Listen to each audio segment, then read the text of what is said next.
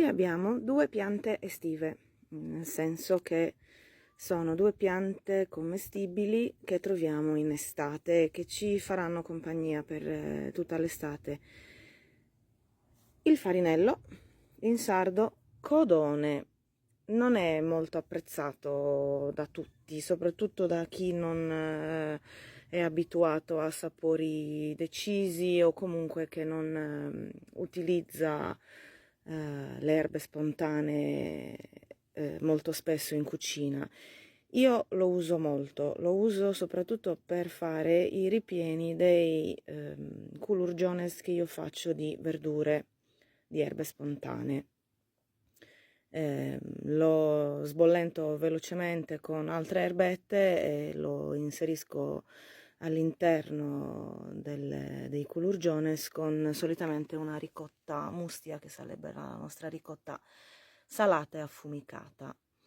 È considerato lo spinaccio selvatico e quindi diciamo l'utilizzo del farinello può essere quello del succedaneo dello spinacio, quindi in frittate o come ripieno per altri preparati.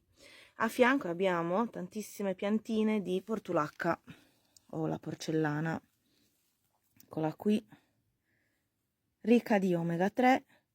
Io la uso tantissimo in questo periodo, soprattutto per condire, nel senso accompagnare i pomodori in insalata, che poi condisco con una vinaigrette fatta di olio extravergine, aceto balsamico e abamele. L'abamele che è praticamente il decotto del favo.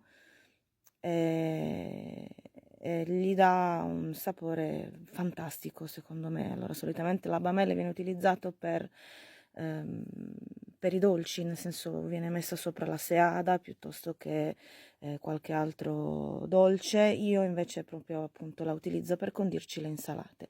Si possono anche tagliare queste piccole cimette e queste cimette poi impastellarle in una semplice pastella sempre fatta con farina, acqua frizzante o birra fredda, sale, quindi impastellarli e friggerli, e sono ottimi anche così.